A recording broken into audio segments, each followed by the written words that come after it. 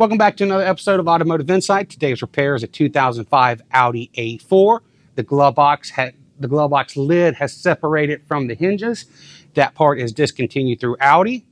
So we're going to have to fix it. So we're going to use a repair kit and some glue. Let's get to it.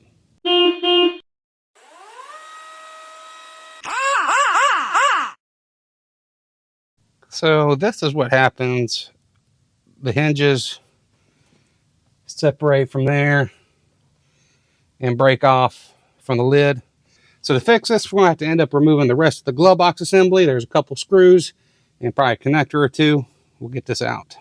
We'll remove this little side plastic panel. I'd be careful. This car is almost 20 years old. Some of these plastics are going to be brittle. We'll disconnect this electrical connector. This is for the glove box light.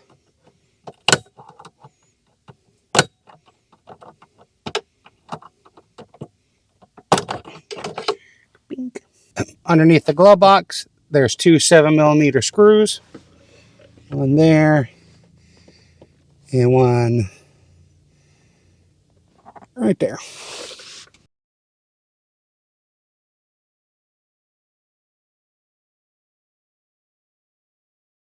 Okay, there's three 7mm screws on the top. One there.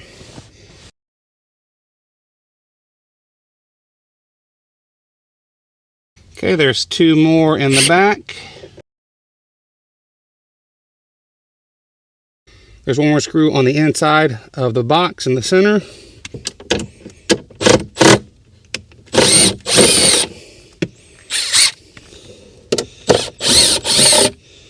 Behind the panel is a 7mm screw. Okay, glove box should be loose.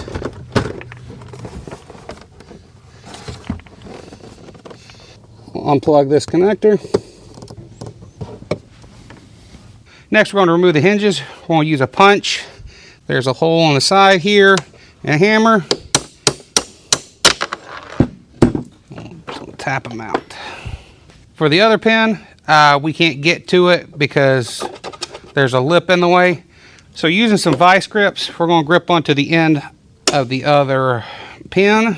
We'll use a hammer. We'll tap it out. For the glove box switch and shock assembly, we're going to use some needle nose pliers and remove this pin. We'll disconnect the connector and the hinge. So this is the kit. It's basically a brace, and it's going to go onto the hinge part. It's going to screw into here, and then these will screw to the lid itself. This part here is where I'm going to put some epoxy. This part, everybody's probably a little bit different depending on how it broke. I've cleaned this up a little bit to try to get it to fit in there. This doesn't sit flush. I mean, it's kind of close, but the plastic has stretched some and warped. So I've cleaned it up. So what I did is I put it in place to where I want it to go, and I've lined my hinge up,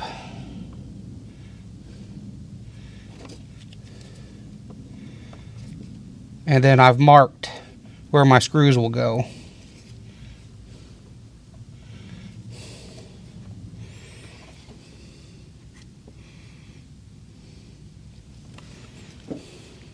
So I've got two markings on there, and that's where I'm going to line this up, and then I'm going to put my screws in it.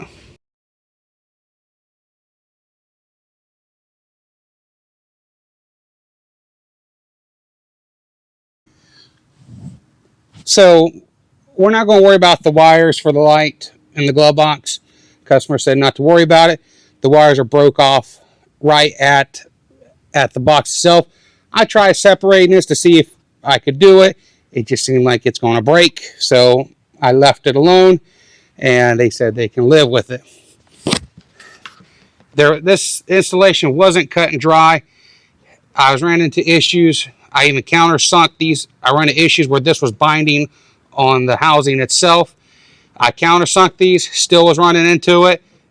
So then I had to kind of grind them down a little bit. After grinding on them, I didn't grind too much, but I didn't grind too much to weaken it, but that did make it fit a whole lot better. After the fitment and trial run, opening and closing it, it did take a little bit of effort and adjustment for these to latch. But I have an epoxy.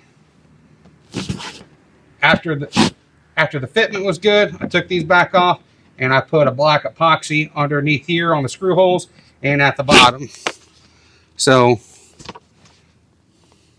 to help give it some extra, to help add some epoxy.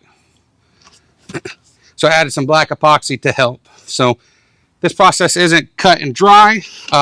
This requires some patience. So.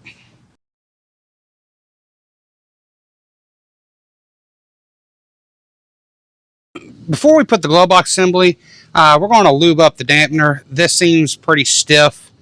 We're going to lube this up to see if that helps prevent any kind of extra strain on the hinges.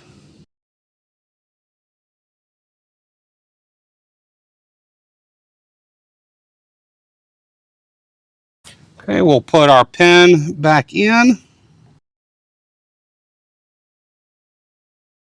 All right, time to put it back into the car.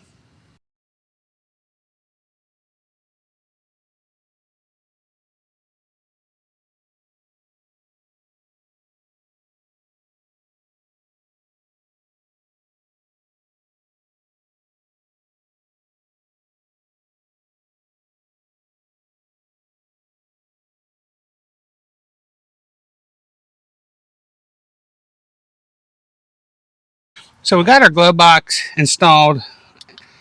Last thing you want to check is to make sure,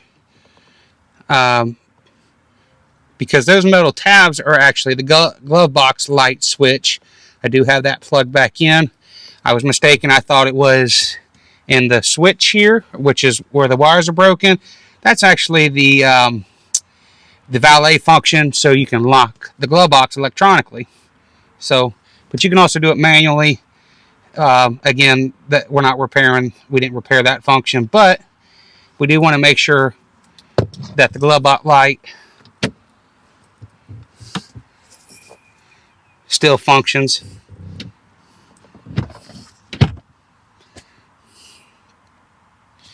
You want to make sure you just want to make sure it's not staying on. So we got it fully installed. Then we'll just check the operation of it.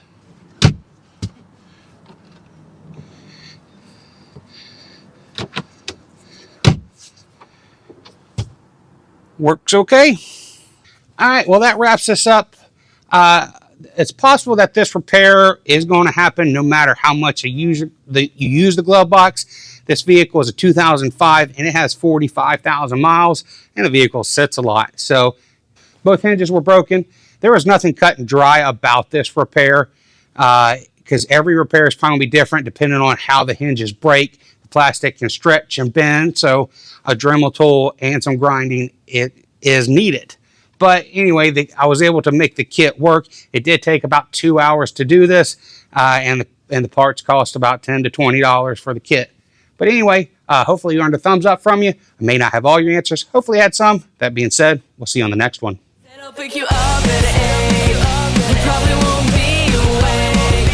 Call yourself an Uber, babe. I'm gonna wait. I'm gonna wait.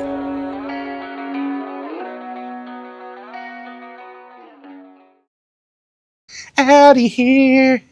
Yeah.